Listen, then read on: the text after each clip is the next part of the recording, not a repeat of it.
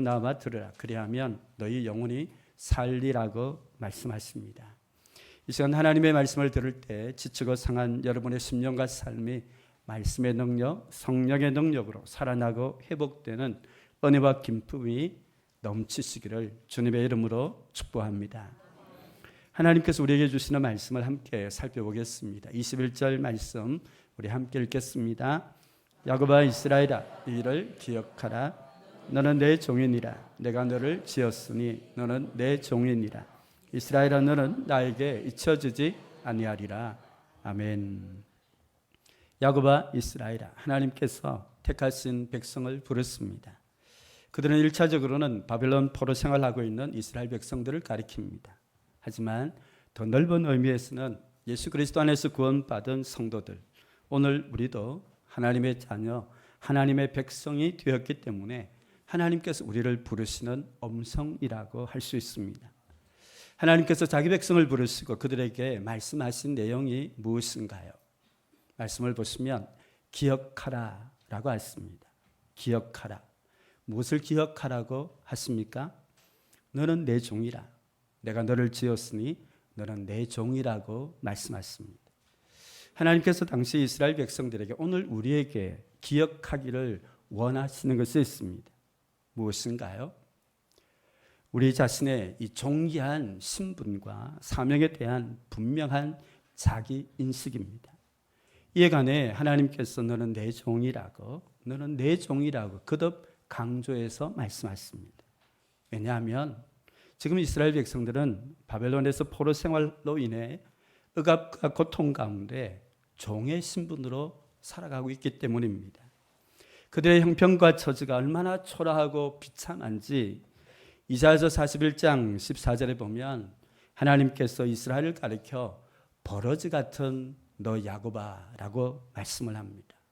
쉬운 성경 번역에는 지렁이 같다고 표현하고 NIV 영어 성경에도 이 벌레 같은 야곱, 작고 보잘것없는 이스라엘이라고 표현하고 있습니다.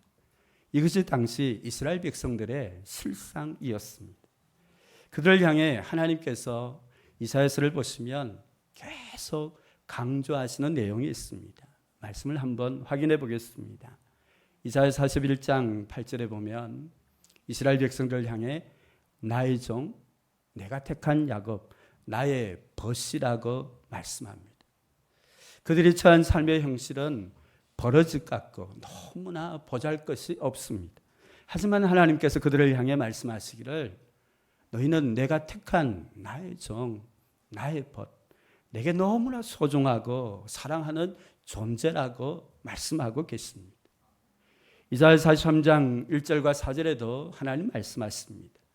내가 너를 구속하였고 내가 너를 지명하여 불렀나니 너는 내 것이다.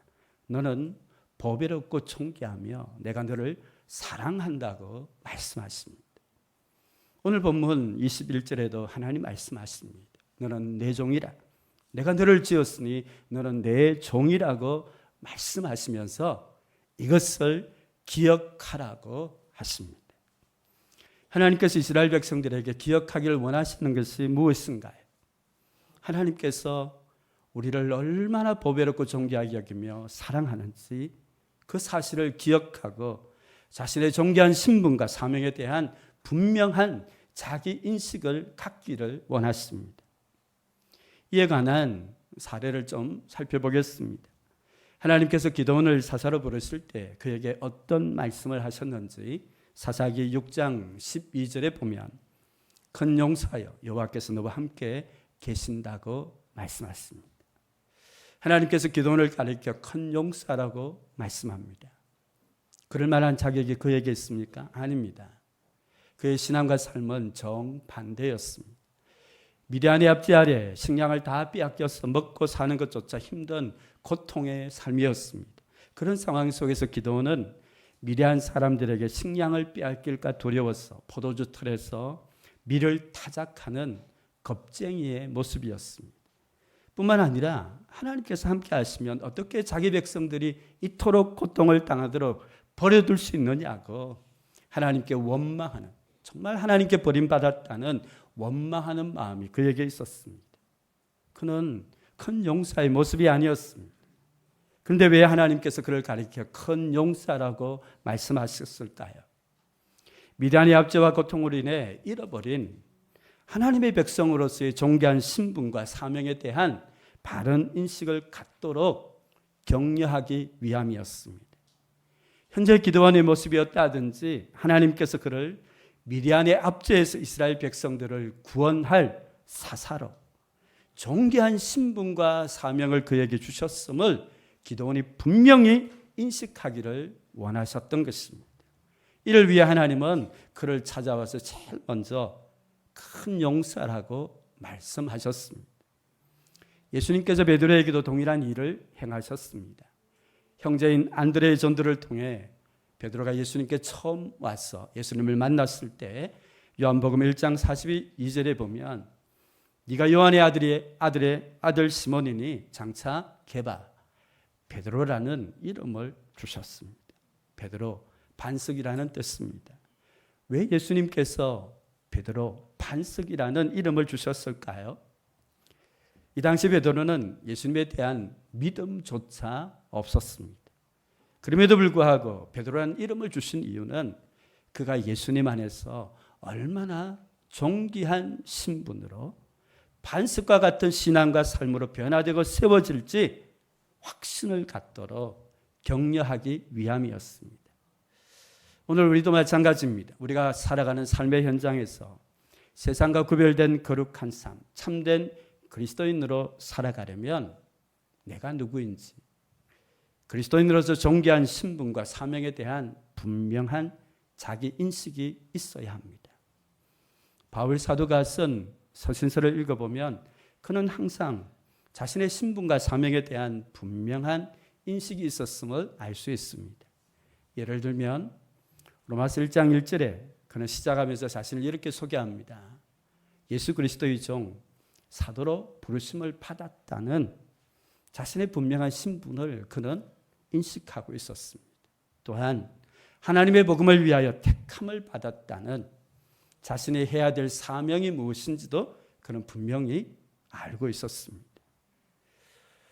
사랑하는 성도 여러분, 오늘 우리도 마찬가지인 것 같습니다. 우리 자신의 신분과 사명에 대한 분명한 인식이 있어야 합니다.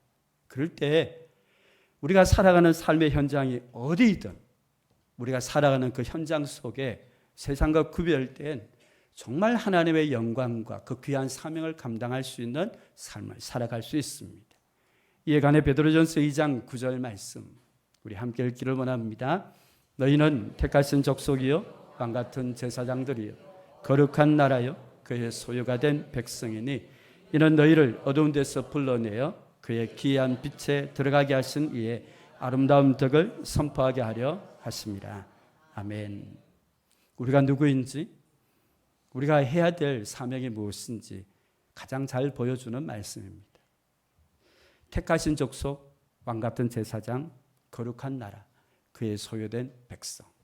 이것이 예수님 안에 오늘 우리에게 허락된 존귀한 신분입니다.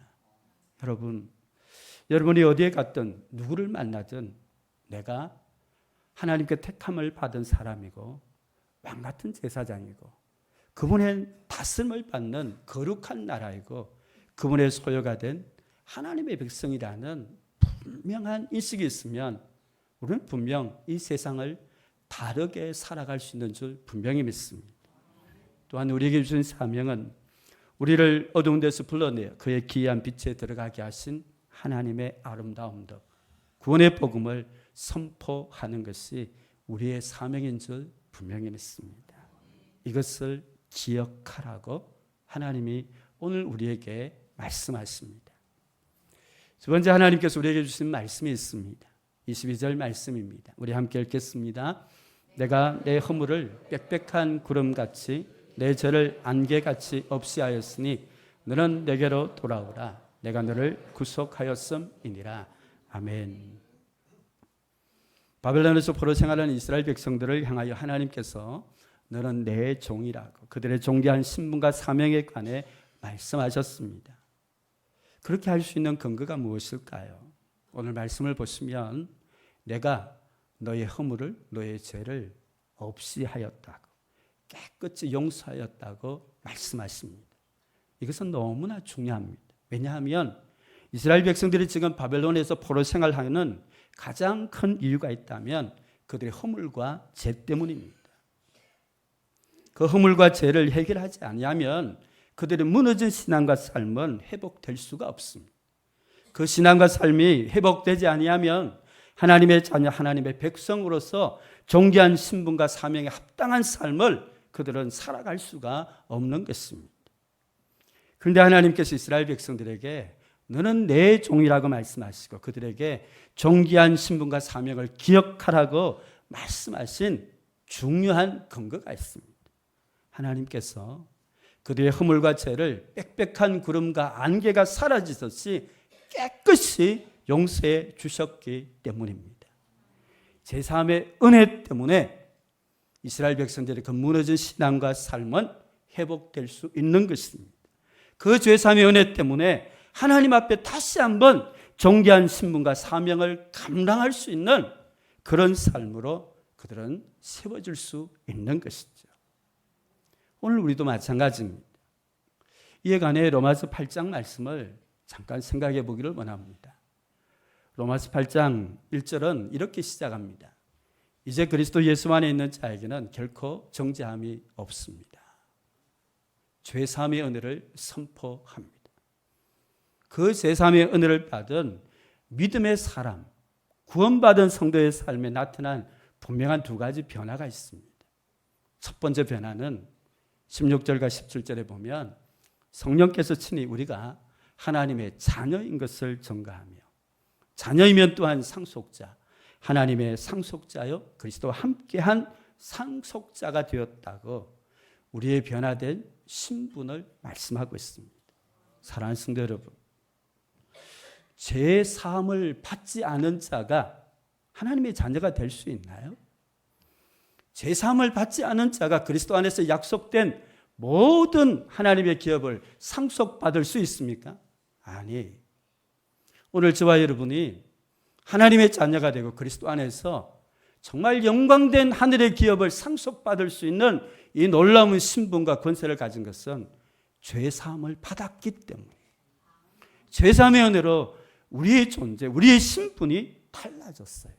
하나님의 자녀가 되었고 그리스도 안에서 놀라운 하늘의 영광의 기업의 상속자가 되었다는 것입니다. 또한 제3의 은혜로 우리의 삶에 나타난 변화가 있어요. 삶의 변화입니다. 로마서 8장은 두 가지를 우리에게 말씀해요. 먼저 4절에 보면 육신을 따르지 않고 성령을 따라 행하는 우리가 이제는 율법의 요구를 이루어지게 했다라는 거예요. 무슨 말이죠? 성령을 쫓아 살아가는 믿음의 성도인 저와 여러분은 율법의 요구, 하나님이 말씀하시는 그 모든 말씀을 지켜 순종함으로 하나님이 기뻐하는 구원에 합당한 삶을 살아갈 수 있다는 거예요. 죄에 얽매여 있으면 우리는 절대로 하나님이 기뻐하는 말씀에 순종하며 하나님이 기뻐하는 삶을 살아갈 수가 없어요. 하지만 죄사함의 은혜를 받은 성도는 그 죄사함의 은혜 때문에 죄의 굴레에서 벗어나서 하나님이 요구하시는 그 말씀을 지켜 순종하며 하나님이 기뻐하는 구원에 합당한 삶을 살아갈 수 있는 줄 분명히 믿습니다. 또한 37절에 보면 하나님의 사랑 안에 넉넉히 승리하는 삶을 살아갈 수 있다고 말씀합니다. 이 삶이 어떻게 가능하죠? 그리스도 안에서 결코 정죄함이 없는 완전한 죄사함의 은혜 때문입니다. 그러므로 찬송가 421장은 내가 예수 믿고서 죄사함 받아 나의 모든 것 다 변했다고 찬양합니다. 오늘 본문 22절 말씀을 다시 한번 보겠습니다. 내가 너의 허물을 너의 죄를 깨끗이 용서하셨다고 말씀합니다. 제3의 은혜의 근거에서 하나님께서 요구하시는 것이 있습니다. 너는 내게로 돌아오라고 말씀하십니다. 너는 내게로 돌아오라고 말씀하십니다. 하나님을 떠난 삶에서 허물과 죄의 길에서 돌이켜 하나님께로 돌아가야 합니다. 이것은 빠르면 빠를수록 우리에게 은혜와 복이 되는 줄 믿습니다. 왜 그런지 예수님께서 말씀하신 탕자의 비유를 한번 생각해 보기를 원합니다. 탕자가 자신의 죄를 깨닫고 아버지께로 갔을 때 어떤 반응을 보였나요? 누가복음 15장 20절에 보면 이렇게 기록되어 있습니다. 이에 일어나서 아버지께로 돌아가니라. 아직도 거리가 먼데 아버지가 그를 보고 측은히 여겨 달려가 목을 안고 입을 맞추었다고 말씀합니다. 여러분, 이 말씀을 가만히 묵상해 보시죠. 아버지는 그 아들의 죄를 언제 용서해 주었을까요? 아버지는 그 아들이 돌아오기 전부터 그 아들의 죄를 다 용서하고 그 아들을 기다렸습니다. 그 아들이 회개하고 돌이켜 아버지께로 돌아왔을 때 죄사함과 이 용서의 은혜를 그 아들은 그냥 받아 누리게 된 것이죠. 누가복음 15장 22절에 보면 제일 좋은 옷을 입히고 손에 가락지를 끼우고 발에 신을 신기라고 말합니다. 이것은 아들로서 정죄한 신분과 권세가 완전히 회복되었음을 의미합니다. 이것은 또한 아버지의 제사함과 용서가 완전함을 우리에게 가르쳐 줍니다. 사랑하는 성도 여러분, 오늘 우리도 마찬가지입니다. 로마서 5장 8절 말씀 화면에 있습니다. 같이 한번 읽기를 원합니다. 우리가 아직 죄인 되었을 때 그리스도께서 우리를 위하여 죽으심으로 아버지께서 우리에 대한 자기의 사랑을 확정하셨느니라. 아멘. 하나님께서 언제 우리의 허물과 죄를 사하시고 용서해 주시기로 확정하셨나요? 우리가 아직 죄인 되었을 때입니다. 이를 위해 예수님께서 우리를 위해 죽으심으로 완전한 죄사함과 용서의 은혜를 하나님은 다 준비해 두셨습니다. 그것을 우리가 예수님을 믿고 하나님을 떠난 삶에서 허물과 죄의 길에서 돌이켜 하나님께로 돌아갈 때 하나님은 우리에게 무조건적인 그 완전한 죄사함과 그 용서의 은혜를 우리에게 주셔서 우리가 그 놀라운 용서를 경험하고 누리게 되는 것입니다. 그러므로 하나님께서 너는 내게로 돌아오라고 말씀하십니다. 하나님께로 돌아갈 때 그리스도 안에서 완전한 제사함과 용서의 은혜로 말미암아 우리의 무너진 신앙과 삶이 회복되는 줄 믿습니다. 하나님께로 돌아갈 때 정말 우리가 다시 한번 존귀한 신분과 사명을 회복하고 합당한 삶을 살아가게 되는 줄 분명히 믿습니다. 이에 관해 하나님의 말씀을 확인해 보겠습니다. 26절에 보시면 예루살렘에 대하여 거기에 사람이 살리라. 유다 성읍에 관해 중건될 것이다. 그 황폐한 곳들을 복구시키리라. 28절에 성전에 대하여 내 기초가 놓여지리라고 말씀합니다. 하나님의 말씀을 한 단어로 표현하면 회복입니다. 바벨론에 의해 파괴되고 황폐되어진 예루살렘, 유다 성읍, 파괴된 그 성전이 다시 중건되고 회복될 것을 말씀하십니다. 이것이 어떻게 가능한가요? 이에 관해 오늘 말씀을 보시면 하나님께서 두 가지 중요한 말씀을 하십니다. 먼저 27절 말씀을 보겠습니다. 기품에 대하여는 이르기를 마르라. 내가 내 강물들을 마르게 하리라 말씀하십니다. 여러분, 우리가 지난주 살펴본 말씀에 보면 하나님의 새 일을 행하실 때 광야에 길을 내시고 사막에 강들을 내어서 자기 백성들을 마시게 한다 그랬습니다.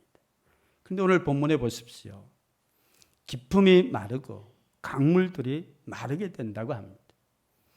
여기 기품과 강물은 바벨론을 의미해요. 기품과 강물이 마른다는 것은 바벨론 제국이 멸망한다는 것을 하나님께서 말씀하고 있어요. 지금 이스라엘 백성들은 바벨론에서 포로 생활을 하고 있습니다. 그런데 어떻게 그들이 바벨론에서 해방되어서 파괴되고 황폐되어진 예루살렘, 유다 성읍을 재건하고 성전을 다시 복구하고 회복할 수 있을까요? 이에 관해 하나님께서 말씀합니다. 바벨론이 멸망할 것이라고 말씀하세요. 바벨론의 포로 생활하는 이스라엘 백성들이 거대한 바벨론 제국이 멸망한다는 이 말이 믿겨질까요? 그렇지 못합니다. 이를 위해 오늘 본문에 보면 하나님께서 또 한 가지 중요한 말씀을 하십니다. 28절입니다. 고레스에 대하여는 이르기를 내 목자라 그가 나의 모든 기쁨을 성취하리라. 고레스가 누구입니까? 바벨론을 무너뜨리고 페르시아 제국을 세운 왕입니다. 주목할 게 있습니다. 고레스 왕이 바벨론을 멸망시킨 사건은 이사야 선지자가 예언한 때로부터 약 160년 후에 일어났습니다. 그러므로 지금 이 말씀을 할 때 고레스는 세상에 태어나지도 않았습니다. 그런데 하나님께서 고레스에 대해서 내 목자라 그가 나의 모든 기쁨을 성취할 것이라고 말씀합니다. 여기 기쁨이라는 단어는 소원, 바람을 의미합니다. 하나님께서 고레스를 통해 성취하기를 원하는 소원, 바람이 무엇이죠? 바벨론이 멸망되고 그로 인해서 택하신 이스라엘 백성들이 구원받는 것입니다. 고레스는 아직 세상에 태어나지 않았습니다. 그런데 하나님은 그의 이름을 아십니다. 그를 통해 바벨론이 멸망되고 이스라엘 백성들이 구원받게 될 것을 예언했습니다. 참 믿기 힘든 사실입니다. 하지만 그 예언은 그대로 이루어졌습니다. 바벨론 포로 생활의 억압과 고통 가운데 있는 이스라엘 백성들의 입장에서 바벨론이 멸망되고 파괴되고 황폐한 예루살렘과 유다 성읍 성전이 다시 중건되고 회복되는 것, 하나님의 백성으로서 존귀한 신분과 그 사명을 회복하는 것은 참 믿기 힘들고 불가능해 보였습니다. 하지만 성취되었습니다. 어떻게 가능할까요?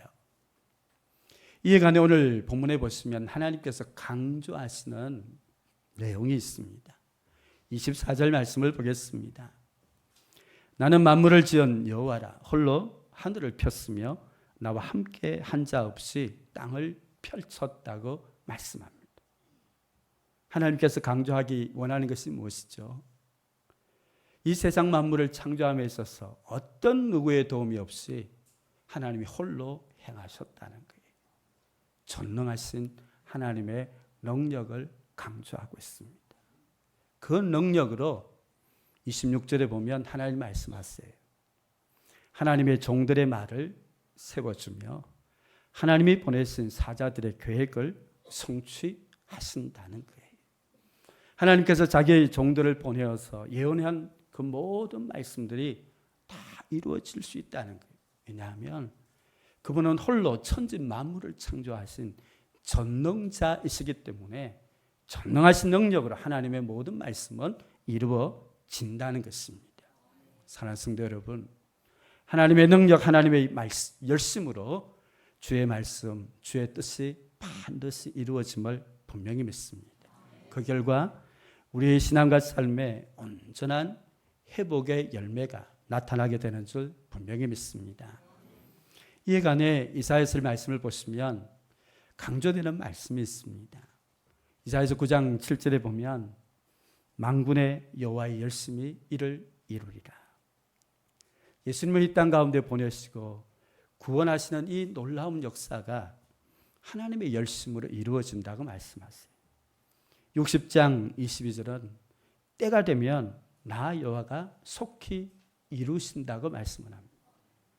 작은 자가 천명을 이루고 약한 자가 강국이 이루어지는 이 놀라운 일들이 때가 되면 하나님이 이루신다고 말씀하십니다. 우리는 때로 내가 처한 환경과 내가 가지고 있는 그 작은 능력 때문에 만나는 문제 앞에 낙심하고 절망할 때가 참 많습니다. 하지만 여러분, 참된 믿음의 자세는 주어진 환경과 내 능력 때문에 주저앉는 것이 아닙니다. 오히려 하나님의 능력, 하나님의 열심을 의지하는 것이 참된 믿음인 줄 분명히 믿습니다. 우리의 주어진 환경이 아무리 힘들고 어렵다 할지라도, 내 능력이 아무리 부족하다 할지라도 하나님의 능력, 하나님의 열심을 의지하면 때가 되면 하나님이 우리의 삶에 역사하시는 줄 분명히 믿습니다.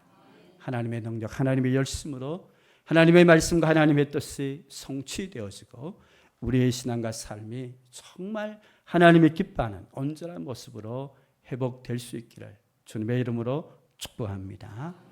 우리 말씀을 기억하며 우리 함께 찬양 드리겠습니다.